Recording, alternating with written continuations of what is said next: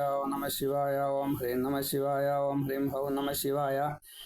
ഓം ശ്രീ ശിവമഹാപുരാണം അതിൻ്റെ 82-ാമത്തെ ഭാഗം ഇപ്പോൾ പാരായണം ചെയ്യണു. തുളസിയുടെ പാതിവ്രത്യത്തെ കളങ്കപ്പെടുത്തുക, സുദാമാവായിട്ടുള്ള ശംഖചൂഡൻ്റെ കൃഷ്ണമന്ത്രം എന്ന കവചം സ്വീകരിക്കുക, ഇത് രണ്ടും വിഷ്ണുവാൽ ചെയ്തു. ആ രംഗത്തെ ഒന്ന് പറയണമെന്ന് പറഞ്ഞപ്പോൾ അതിനെ പറയുകയാണ്. പിന്നെ തുളസിയുടെ കുറച്ചൊരു പ്രത്യേകത, അത് ഇതിൽ സൂചിപ്പിച്ചിട്ടുള്ളൂ, പറഞ്ഞിട്ടില്ല. അപ്പം അത് കുറച്ച് പറയുകയും ചെയ്യാം. ചെറിയ അധ്യായമാണ്. ഓം ശ്രീ ഗുരുവായൂരപ്പ നമ ശിവായ. ഓം ചോദിച്ചു വ്യാസൻ സനകനോടു മുത, ആകാശവാണി കേട്ടെന്തു ചെയ്തു ഹരി. വൃദ്ധന വിപ്രന്റെ വേഷത്തിൽ ശ്രീഹരി, ശംഖചൂഡന്റെ സ്വരൂപത്തിൽ പാലകൻ. ചെന്നു തുളസിയെ പൂണ്ടു ജഗൽ പ്രഭു, ദൈത്യന്റെ കൃഷ്ണ കവചത്തെ നേടിയും. ദൈത്യവേഷത്തിൽ ഹരി ചെന്നു സേവകൻ, സ്വാമിയെത്തി എന്നറിയിച്ചു പത്നിയെ. അപ്പോൾ തുളസിയും കണ്ടു സ്വകാന്തനെ, ജയ് വിളിക്കും സ്വന്തം ഭൃത്യരെയും സതി. കണ്ടു ജനാലയിൽ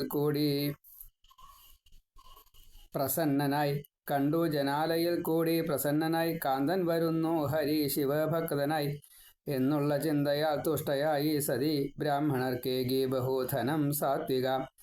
സ്വസ്തി ചൊല്ലിച്ചു അണിഞ്ഞൊരുങ്ങി മുത, സ്വീകരിച്ചു ശംഖചൂഡനായി കണ്ടവർ. പൂജിച്ചു വേണ്ട പോൽ ഭർത്താവിനെ തഥാ, സംവദിച്ചു പല കാര്യങ്ങളും തഥാ. നന്നായി രമിച്ചു സ്വഭാഗ്യത്തെ ഓർത്തുടൻ, ശംഭുവിൻ കാരുണ്യം ഭാഗ്യം തന്നെ തുണ. വ്യത്യാസം കണ്ടു രതിയിൽ തുളസിയും, ചോദിച്ചു ആരാണ് വഞ്ചിച്ചതെന്തിന്. എന്നുടെ ചാരിത്രം കട്ട പാപി ഭവാൻ, ശാപാർഹൻ തന്നെ എന്നോതി കുപീതയായി. അപ്പോൾ ഹരി തന്റെ സുന്ദര രൂപിയായി, ദർശനമേകി ചിരിച്ചു രമാപതി. മായയ്ക്കുനാഥനാം വിഷ്ണുവേ കാണവേ, ദുഃഖിച്ചു ചൊല്ലി പതിയെ വധിച്ചവൻ. സർവത്ര ഗോവിന്ദനാമ സങ്കീർത്തനം. ഗോവിന്ദ ഗോവിന്ദ. ഹരനമ പാർവതീപതയേ. ഹര ഹര മഹാദേവ. ശ്രീ മഹാദേവ്യൈ നമ. ഇവിടെ ശംഖചൂഡൻ്റെ കൃഷ്ണ കവചത്തെ ബ്രാഹ്മണ വേഷത്തിൽ ചെന്നിട്ട് വിഷ്ണു വാങ്ങി. അതിനുശേഷം തുളസിയുടെ അടുത്ത് വരുന്നതായിട്ടുള്ള രംഗമാണ് പറഞ്ഞത്. അപ്പോൾ അവിടെ യുദ്ധഭൂമിയിലാണ് മഹാദേവനും ശംഖചൂഡനും ഉള്ളത്. ഇവിടെ തുളസി ദേവി ശംഖചൂഡൻ ജയിക്കാൻ വേണ്ടിയിട്ടുള്ള പ്രാർത്ഥനാദി കാര്യങ്ങൾ, പൂജാദി കാര്യങ്ങളൊക്കെ ചെയ്തുകൊണ്ടിരിക്കുകയാണ്. അപ്പോഴാണ് ശംഖചൂഡൻ വരണു എന്ന് ഭൃത്യന്മാർ വന്ന് പറയണത്. അപ്പോൾ വളരെയധികം സന്തോഷത്തോടു കൂടിയിട്ട് പൂജ ചെയ്തുകൊണ്ടിരിക്കുക ആണ് ആ തുളസി. അവിടെ നിന്ന് അണിഞ്ഞൊരുങ്ങിയിട്ട് ഭർത്താവിനെ സ്വീകരിക്കാൻ വേണ്ടി വന്നു. അപ്പം അന്ന് കൂടുതൽ ജീവൻ തിരിച്ചു കിട്ടിയില്ല. മഹാദേവനിൽ നിന്നും രക്ഷപ്പെടുക എന്ന് പറഞ്ഞു കഴിഞ്ഞാൽ മഹാദേവൻ്റെ അനുഗ്രഹം കിട്ടിയെന്ന് അതിൻ്റെ അർത്ഥം. വധിക്കാതെ കണ്ട്, മുക്തി കൊടുക്കാതെ കണ്ട് ഭർത്താവിൻ്റെ ജീവനെ രക്ഷിച്ചു എന്നുള്ളത് ഒരു അനുഗ്രഹം, വരമായിട്ട് കണക്കാക്കി നന്നായിട്ട് തന്നെ അന്നത്തെ ദിവസം ക്രീഡാദികളെല്ലാം നന്നായിട്ട് ചെയ്തു കഴിഞ്ഞപ്പോഴാണ് രതിയിൽ വ്യത്യാസം കണ്ടു. അപ്പോൾ പതിവ്രതയാണ് തുളസി. അവിടെ അസുരനാണോ ദേവനാണോ എന്നുള്ള വ്യത്യാസമില്ല, ഭർത്താവ് ഈശ്വരനാണ്, അത്രയേ ഉള്ളൂ. അപ്പോൾ ആ വ്യത്യാസം കണ്ടു കഴിഞ്ഞപ്പോൾ ആരാ ചോദിച്ചു, മിണ്ടിയില്ല. കല്ലാണല്ലോ നീ, നിൻ്റെ ഹൃദയം, നീ എൻ്റെ ഭർത്താവല്ല എന്നുള്ളത് ഉറപ്പുണ്ട്. അനവധി കാലം ഭർത്താവായിട്ട് സ്വീകരിച്ചയാളാണ്. അപ്പോൾ വ്യത്യാസം വേഗം മനസ്സിലാവും. ഏതായാലും യഥാർത്ഥ രൂപം കാണിച്ചിട്ടില്ല വെച്ചാൽ ഞാൻ ഇപ്പം ശപിക്കുമെന്ന് പറഞ്ഞു. അപ്പോൾ മഹാവിഷ്ണു ശാപത്തെ ഭയന്നിട്ടല്ല, ശപിച്ചോട്ടെ, ശപിക്കാതിരിക്കില്ല ഉറപ്പാ. പക്ഷെ ഇവിടെ വിഷയം അതല്ല. അനുഗ്രഹിക്കാൻ സമയമായി, തുളസിക്ക് പോവാറായി. അത്രയേ വേണ്ടു, ഇനി ആ ജീവിതം അത്രയേ വേണ്ടു.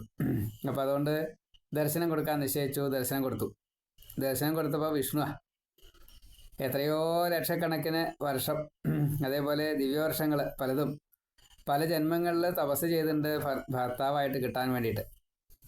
ആ ഭഗവാൻ വിഷ്ണുവാണ് ഇപ്പോൾ മുമ്പിൽ വന്ന് നിൽക്കുന്നത്. പക്ഷേ സന്ദർഭം തെറ്റിപ്പോയി. ഭർത്താവ് ഈ ജീവിതത്തിലെ ഭർത്താവ് ശംഖചൂഡൻ ആ ഭർത്താവിനെ വധിക്കാനുള്ള കാരണമായി തീർന്നു ഈ വിഷ്ണു.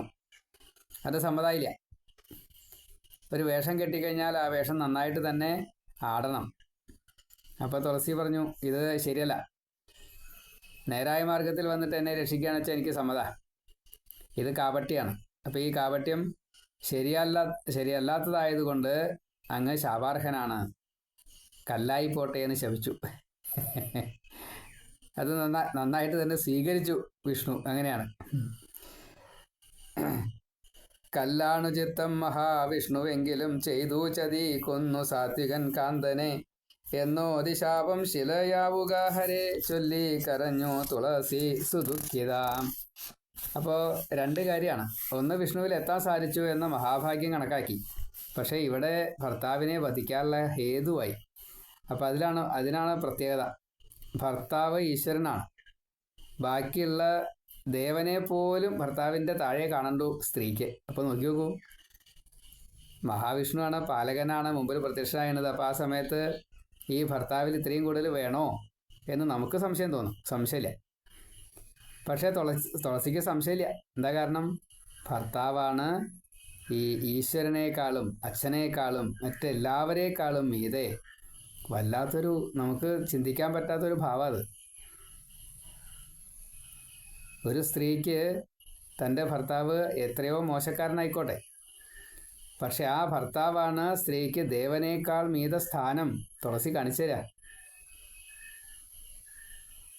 ഈ കലികാലത്തിൽ ഇങ്ങനെ ഒന്നും സംഭവിക്കുകയേ ഇല്ല, ചിന്തിക്കാൻ പോലും പറ്റില്ല. കാരണം ഞാൻ വേറെയാണ്, ഭർത്താവ് വേറെയാണ്. ഭർത്താവ് വിചാരിക്കുന്നത് തന്നെയാണ് ഞാൻ വേറെയാണ്, ഭാര്യ വേറെയാണ്.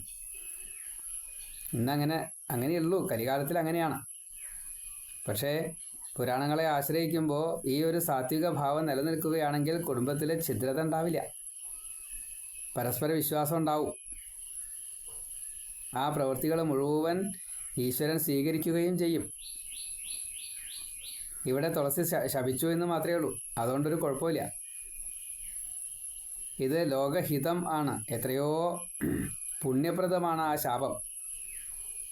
കല്ലായിപ്പോട്ടെ എന്നാണ് പറഞ്ഞത്. ഗണ്ഡകി നദിയിലാണ് ആ ശില ഉണ്ടായത്.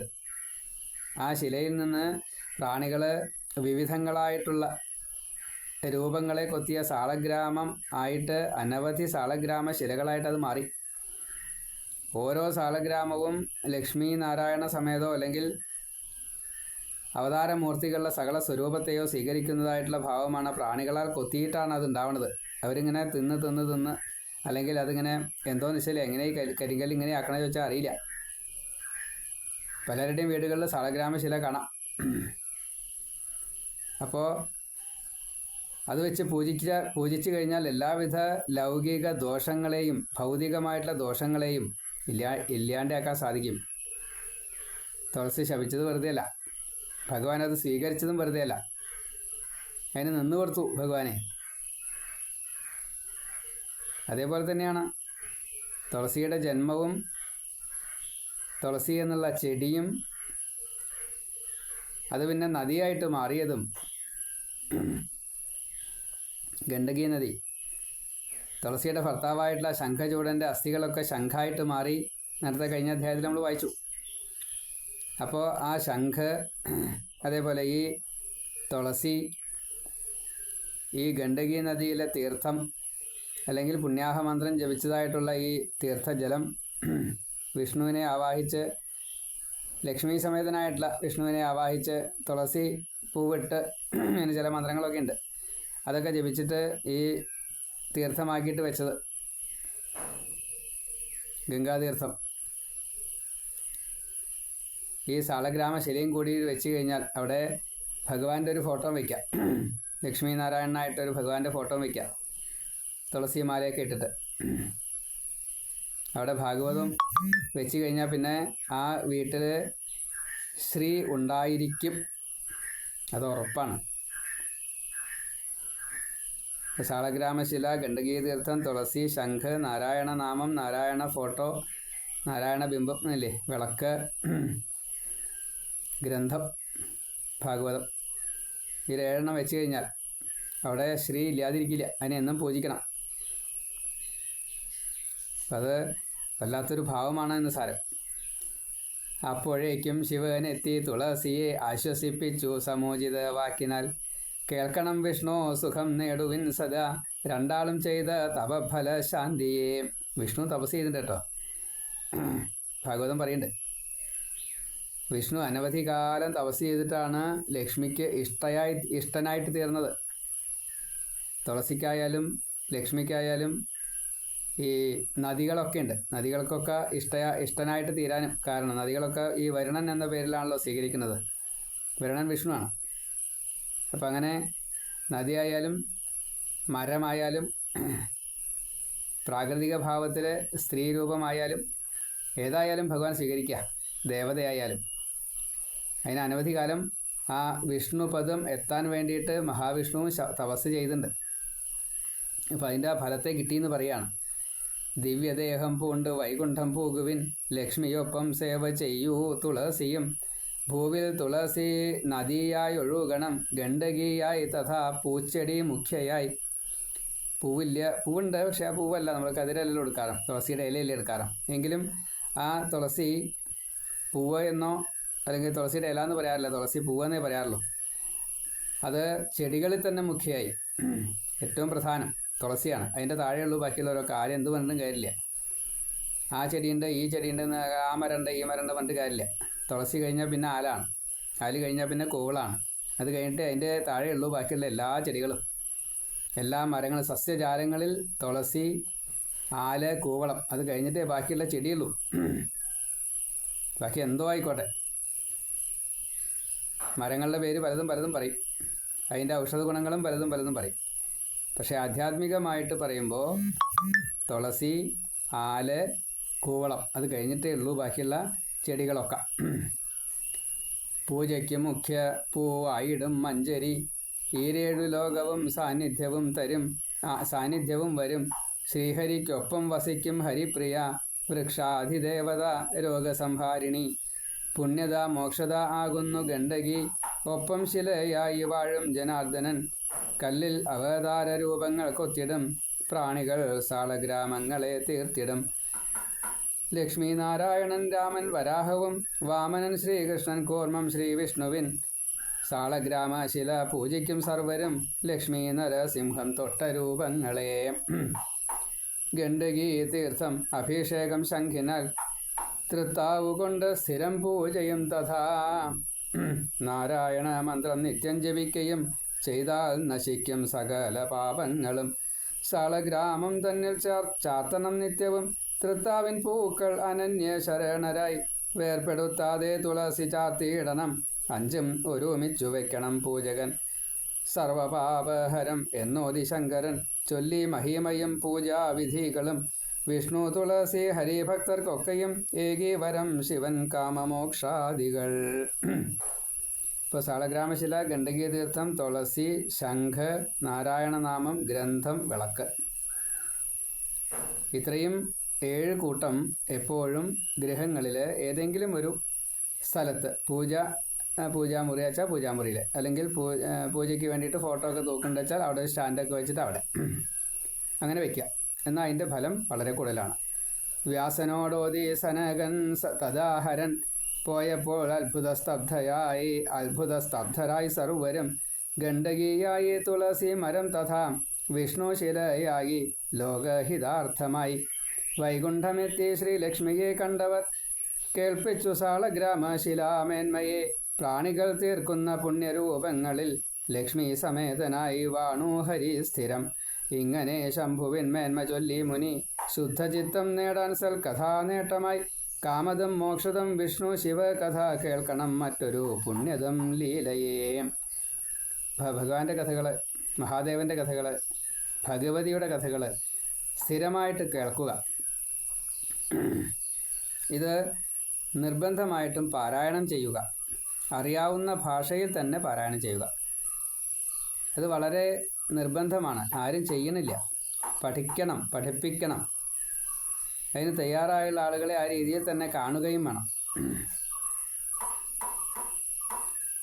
അർഹതപ്പെട്ട രീതിയിൽ ധനം കൊടുത്തുകൊണ്ട് തന്നെ വിദ്യയെ സ്വീകരിക്കണം. അങ്ങനെയുള്ള ആളുകളെ ആ രീതിയിൽ തന്നെ ബഹുമാനിക്കുകയും ആദരിക്കുകയും ദാനം കൊടുത്ത് സൽക്കരിക്കുകയും വേണം. അന്നദാനം, ധനദാനം, ഫലദാനം, വസ്ത്രദാനം ഇതൊക്കെ വളരെ പ്രധാനമാണ്, ചെയ്യുക തന്നെ വേണം.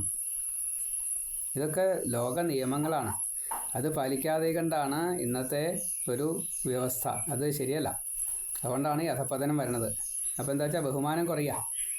ആരെ ബഹുമാനിക്കേണ്ടത് ചോദിച്ചാൽ നിശ്ചല ഒക്കെ കാപട്യാണ്. ഇപ്പോൾ കാപട്ടില്ലാതെ കണ്ട് നമുക്കറിയാലോ, സസ്യജാലങ്ങൾക്ക് കാപട്യങ്ങളില്ല, സൂര്യചന്ദ്രാദികൾക്ക് കാപട്യങ്ങളില്ല, ഭൂമിദേവി ചതിക്കില്ല. നമ്മൾ അങ്ങോട്ട് കൊടുക്കുന്നത് തിരിച്ച് ഇങ്ങോട്ട് വരും. ആ അങ്ങോട്ട് കൊടുക്കുന്നത് വിഷമാണെങ്കിൽ വിഷമായിട്ടാണ് അതിൻ്റെ 100 ഇരട്ടി കിട്ടുക. പിന്നെ ഭൂമിയെ കുറ്റം പറഞ്ഞിട്ട് കാര്യമില്ല, അന്തരീക്ഷത്തിനെ കുറ്റം പറഞ്ഞിട്ട് കാര്യമില്ല. നമ്മൾ നശിപ്പിക്കുന്നു, നമ്മൾ തന്നെ അതിൻ്റെ ദുഃഖ ദുരിതങ്ങളെ അനുഭവിക്കുന്നു. എന്നിട്ട് അത് അവരാണ് ചെയ്തതെന്ന് പറയരുത്, നമ്മളാണ് ചെയ്തത്. നമ്മൾ ചെയ്തത് നമ്മളാൽ വരുത്തി വെച്ചതായിട്ടുള്ള വിനകളാണ് എന്നുള്ളത് മനസ്സിലാക്കണമെങ്കിൽ ഈ പുരാണങ്ങളെ ആശ്രയിച്ചാലേ അത് സാധിക്കുള്ളൂ. വേദം വളരെ കേമായിട്ട് ചൊല്ലി, അർത്ഥമറിയാതെ കണ്ടാൽ ചൊല്ലിയിട്ട് എന്താ കാര്യം? സംസ്കൃതം നല്ലോണം വായിച്ചു, സംസ്കൃതം മലയാള ലിപിയായതുകൊണ്ടാണ് വായിക്കണതേ. അപ്പോൾ സംസ്കൃതം അറിയില്ല, എന്നാൽ വായിക്കുന്നുമുണ്ട്, നന്നായിട്ട് വായിക്കുന്നുമുണ്ട്. പക്ഷേ എന്തായാലത്തെ കാര്യം മനസ്സിലാവണില്ല. അങ്ങനെ വായിച്ചിട്ട് എന്താ കാര്യം? ബ്രാഹ്മണരുടെ ഒപ്പം വസിക്കണു, ബ്രാഹ്മണരെ നിന്ദിച്ചുകൊണ്ട്, അവർക്കൊന്നും കൊടുക്കാതെ കണ്ട്. പശുക്കളുടെ ഒപ്പം വസിക്കണു, പശുക്കളെ നോക്കിക്കൊണ്ട്. പശുക്കളെ എന്താ ചെയ്യണത്? അവരുടെ പാലൂറ്റി, അല്ലെങ്കിൽ അതിലുണ്ടാകുന്ന കാളക്കുട്ടികളെ വിറ്റു ഇറച്ചിക്ക്, എന്നിട്ട് കാശാക്കി, അല്ലെങ്കിൽ വണ്ടിക്കാളകളാക്കി. വിദ്യാഭ്യാസം കൊടുക്കണു ധാരാളം, അത് മുഴുവൻ വിറ്റ് കാശാക്കണം. ആതുര സേവനം അതും വിറ്റ് കാശാക്കണം. വൈദ്യം വിറ്റ് കാശാക്കണം.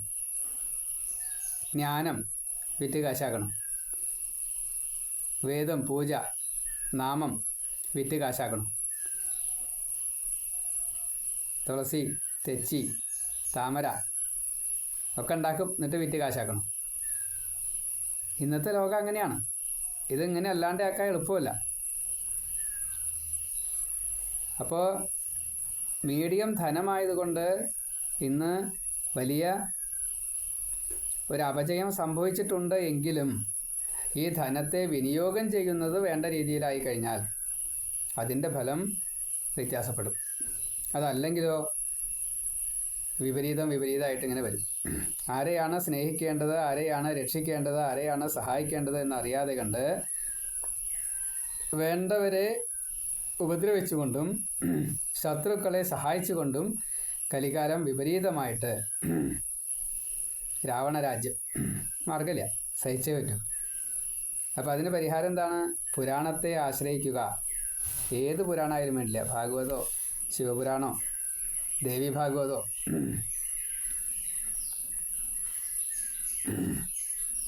ഏതെങ്കിലും ഒന്ന് സ്ഥിരമായിട്ട് പാരായണം ചെയ്യുക. അറിയാവുന്ന ഭാഷയിൽ പാരായണം ചെയ്യുക. ഏത് ഭാഷ എന്നുള്ള വിഷയമല്ല.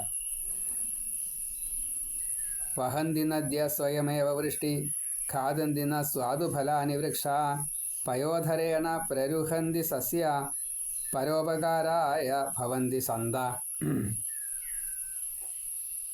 നദികൾ ആ വെള്ളം ഒഴുകിക്കൊണ്ടുപോകുന്നത് നദികൾക്ക് വേണ്ടിയിട്ടല്ല, അത് മറ്റുള്ളവർക്ക് ഉപകാരമാവും, അത്രയേ ഉള്ളൂ. ചിലപ്പോൾ സ്വച്ഛമായിട്ടാവും, നല്ല നിർമ്മല ജലം. ശരത്കാലത്ത് മഞ്ഞൊരുകിയിട്ട് വരുന്ന നല്ല വെള്ളം, എന്തൊരു സുഖ, കുടിക്കാൻ വളരെ സുഖ. ചിലപ്പോൾ കലങ്ങി മറിഞ്ഞ് അങ്ങനെയാവും. ചിലപ്പോൾ സംഹാരതാണ്ഡവും നദികൾ പതിവുണ്ട്. അപ്പോൾ അവർ ചെയ്യുന്നത് അവർക്ക് വേണ്ടിയിട്ടല്ല, മറ്റുള്ളവർക്ക് വേണ്ടിയിട്ടാണ്. ഈ അഴുക്കുകളെ മുഴുവനെ കൊണ്ടുപോയിട്ട് കടലിൽ കൊണ്ട് തട്ടും, അതൊക്കെ ശുദ്ധീകരിക്കുകയും ചെയ്യും. സ്വയമേവ വൃഷ്ടി, മേഘങ്ങൾക്ക് വേണ്ടിയിട്ടാണോ മഴ പെയ്യ്ക്കുന്നത്? നമുക്ക് വേണ്ടിയിട്ടാണ്. നമുക്ക് വേണ്ടിയിട്ടാണ് നദിയായാലും മേഘായാലും ഈ വെള്ളത്തെ വഹിക്കണത്, വെള്ളത്തെ തരണത്. അതേപോലെ വൃക്ഷങ്ങൾ, ഫലങ്ങൾ, നല്ല സ്വാദുള്ള ഫലങ്ങൾ തരുന്നത് നമുക്ക് വേണ്ടിയിട്ടാണ്. ആ വിത്തിനെ എവിടെയാണോ എത്തിക്കേണ്ടത് അത് എത്തിക്കാനുള്ള സൂത്രപ്പണി, അതിൻ്റെ സ്വാദായിട്ട് നമ്മെ ആകർഷിക്കണോ. മരങ്ങൾ ഉണ്ടാകുന്ന കായകൾ മുഴുവൻ പക്ഷിമൃഗാദികളോ മനുഷ്യരോ ഒക്കെ ചെന്നുന്നത് അതിൻ്റെ ഈ വിത്ത്, മരത്തിൻ്റെ ആവശ്യം എന്തേ ഉള്ളൂ, ഈ വിത്ത് മുളയ്ക്കാറാക്കണം. അതിനൊരു ആകർഷണം, അങ്ങോട്ടും ഇങ്ങോട്ടൊക്കെ ഒന്ന് പോണത് അതിന് വേണ്ടിയിട്ട്. അത്രയേ ഉള്ളൂ. എവിടെ എത്തേണ്ട വെച്ചാൽ ആ സ്ഥാനത്ത് എത്തണം, അപ്പോഴേ ഇത് മുളയ്ക്കില്ലോ. വേണ്ട. അതേപോലെ ഈ പശുക്കൾ പാല് തരണു, അതിൻ്റെ കുട്ടിക്ക് ലേശേ വേണ്ടു, ബാക്കിയുള്ളതൊക്കെ നമുക്ക് എടുക്കാനുള്ളത് തന്നെയാണ്.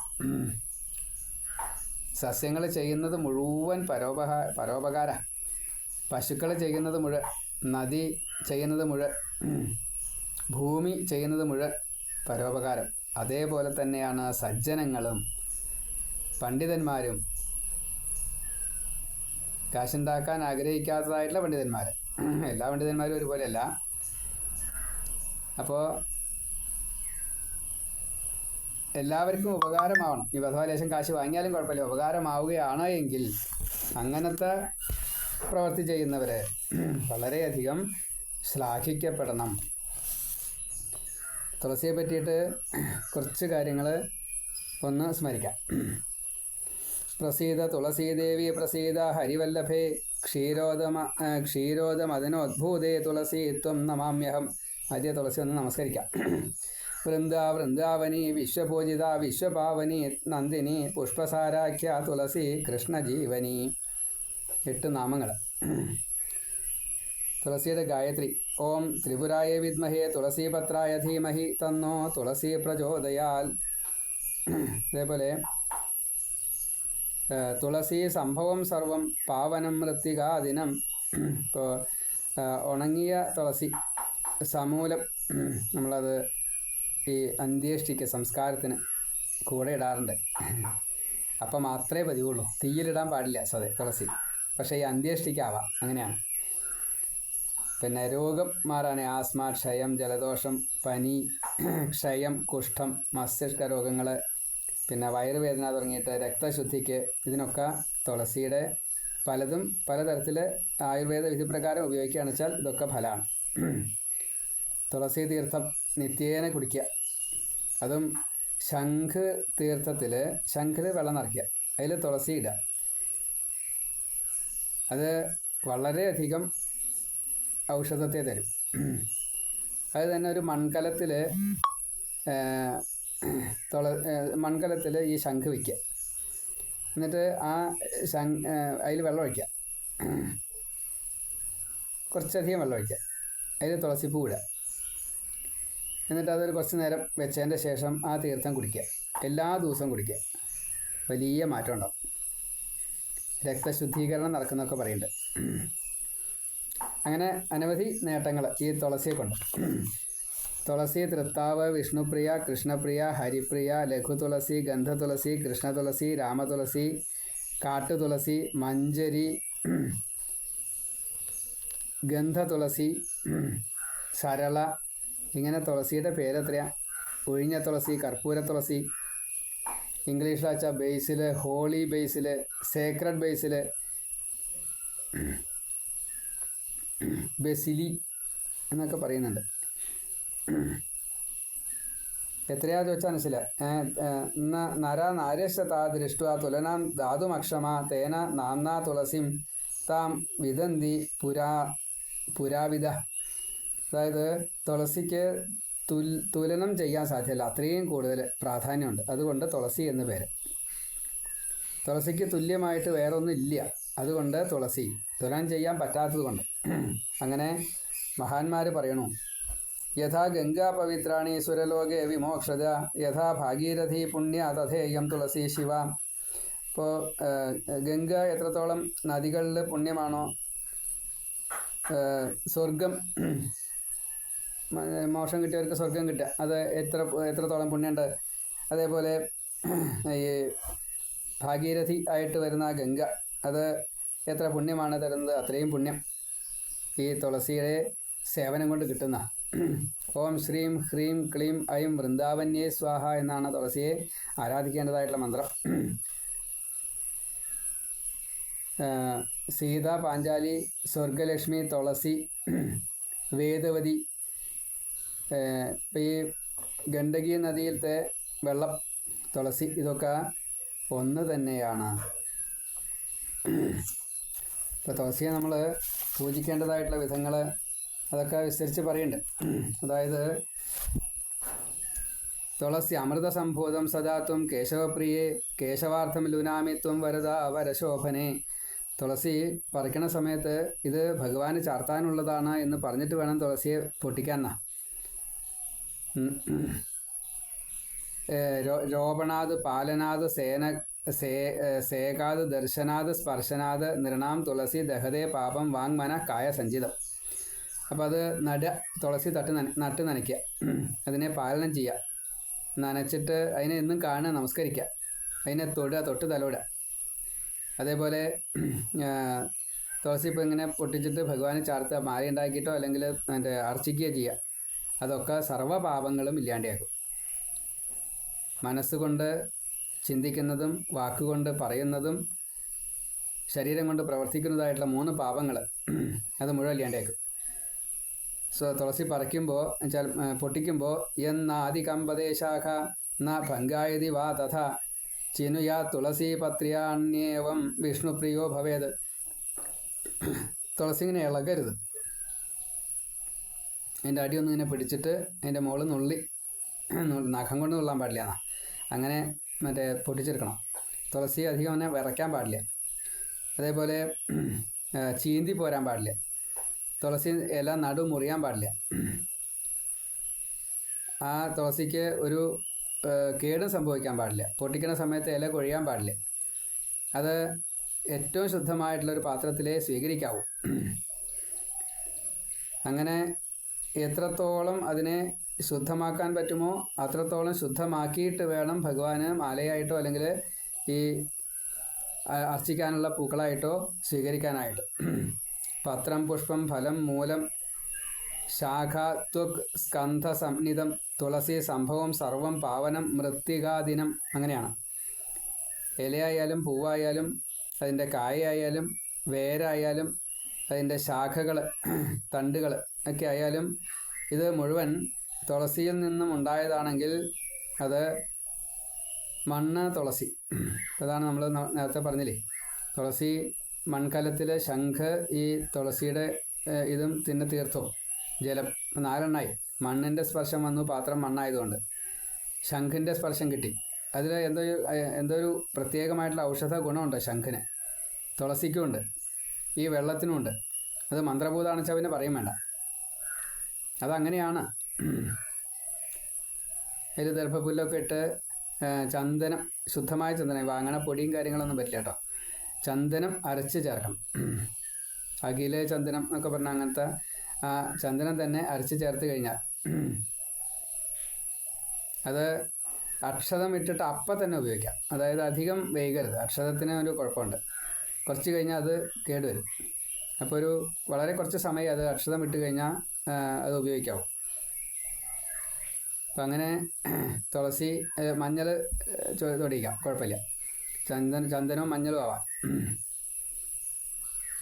അത് പ്രസാദമാണ്, കുറി തൊടാനുള്ളതാണ്. അപ്പോൾ അത് ചേർക്കാം. അങ്ങനെയൊക്കെ ചേർത്തിട്ട് ഈ വെള്ളം കുടിക്കുകയാണെങ്കിൽ സർവ്വരോഗ സംഹാരിയാണ് എന്ന് സാരം.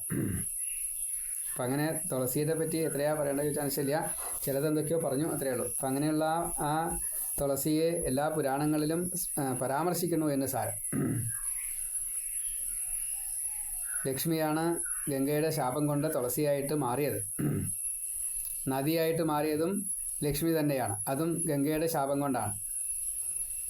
അത് ഗംഗ എന്ന് പറഞ്ഞാൽ തന്നെ അങ്ങനെയാണ്. ഗകാരം ജ്ഞാനവാചകം, ഗാകാരം ഗമനം. അപ്പോൾ തുളസി ഇങ്ങനെ എന്നും ഉണ്ടായിക്കൊണ്ടേയിരിക്കും. നദിയിൽ എന്നും വെള്ളം ഉണ്ടായിക്കൊണ്ടേയിരിക്കും. ജ്ഞാനം അങ്ങനെയാണ്, എപ്പോഴും സംഭവിച്ചുകൊണ്ടേയിരിക്കും. നമ്മൾ ജ്ഞാനം നഷ്ടപ്പെട്ടു വിചാരിച്ച് പരിഭ്രമിക്കാനൊന്നുമില്ല. അത് ഋഷികൾ വീണ്ടും കണ്ടുപിടിക്കും, എന്നിട്ടത് മറ്റുള്ളവർക്ക് കൊടുക്കും. അങ്ങനെയാണ്. അപ്പം അങ്ങനെയുള്ള ആ കഥകൾ നമുക്ക് പ്രചോദനമാവട്ടെ.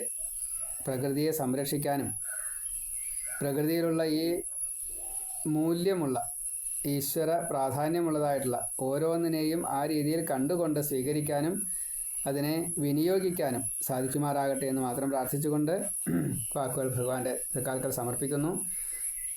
നമഃ ശിവായ. നാരായണ. ശ്രീ മഹാദേവ്യൈ നമഃ.